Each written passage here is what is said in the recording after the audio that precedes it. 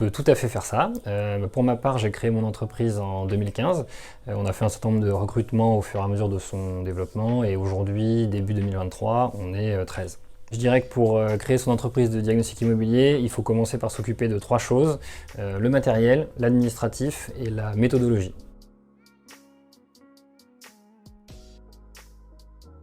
Pour exercer, vous aurez besoin d'une part d'un véhicule ainsi que de tout le matériel nécessaire au travail d'un diagnostiqueur immobilier. Alors c'est d'une part du matériel informatique, c'est aussi un lasermètre pour faire des mesures de surface, vous l'utiliserez également pour le DPE. C'est des équipements de test d'installation électrique, d'installation de gaz, et il y a évidemment, comme le savent les connaisseurs, le fameux appareil de détection du plomb dans les peintures à fluorescence X équipé d'une source radioactive. Alors pour tout ça, il faudra compter entre 30 et 40 000 euros, avec une bonne part pour le véhicule et l'appareil de détection du plomb. On peut, pour financer ce matériel, faire un prêt auprès d'une banque. Donc c'est une bonne transition vers la partie... Donc avant d'aller voir la banque de votre société pour faire le prêt dont on vient de se parler, il va vous falloir une banque et une société. Pour créer votre société, il y a 2 types de statuts qui sont envisageables. Le premier, c'est la SARL, Société à responsabilité limitée, et le deuxième, c'est la SAS, Société par action simplifiée. Donc de mon côté, j'avais choisi en 2015 le statut SAS, mais les 2 statuts vous permettront de développer votre activité comme vous le souhaitez. En revanche, je déconseille le statut de micro-entreprise qui ne sera pas très adapté aux dépenses que vous aurez à faire et aux investissements qui seront nécessaires. Côté administratif, vous aurez également à souscrire une assurance responsabilité civile professionnelle qui est obligatoire pour exercer ce métier. C'est un poste de coût qui, ces dernières années, devient de plus en plus important pour les diagnostiqueurs qui se lancent.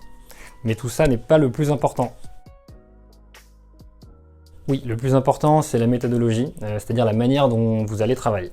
Donc cela regroupe plusieurs choses. D'une part, est-ce que vous savez faire des diagnostics immobiliers? Donc je conseille fortement d'être d'abord devenu un expert dans la réalisation de diagnostics immobiliers avant de vous lancer en tant qu'indépendant. Ça vous évitera de faire dans les premières semaines de votre activité une boulette qui vous coûtera votre assurance.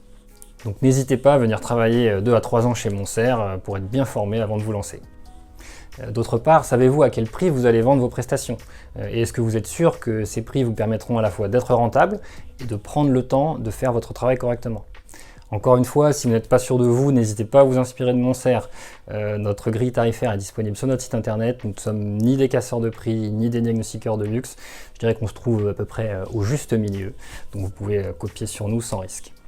Enfin, il faut vous demander comment vous allez faire pour satisfaire votre clientèle. Parce que dans le secteur du diagnostic immobilier, ce qui permet d'avoir une activité florissante et de se constituer une clientèle solide, ce n'est pas d'avoir une pratique commerciale agressive, c'est d'avoir un bon bouche à oreille. Il faudra donc que vous soyez facilement joignable, que vous soyez rapidement disponible pour les interventions qui vous sont demandées, que vous envoyez également rapidement les rapports de diagnostic immobilier que vous aurez réalisés. Et il faudra réussir à maintenir tout ça même lorsque vous aurez beaucoup plus de clients et donc beaucoup plus de travail. Et en parallèle de tout ça, il faudra veiller à ce que toutes les missions que vous avez facturées vous soient effectivement payées. J'ai bien conscience que ça fait pas mal de questions à se poser et pas mal de travail, donc je souhaite bonne chance et bon courage à tous les futurs diagnostiqueurs immobiliers indépendants.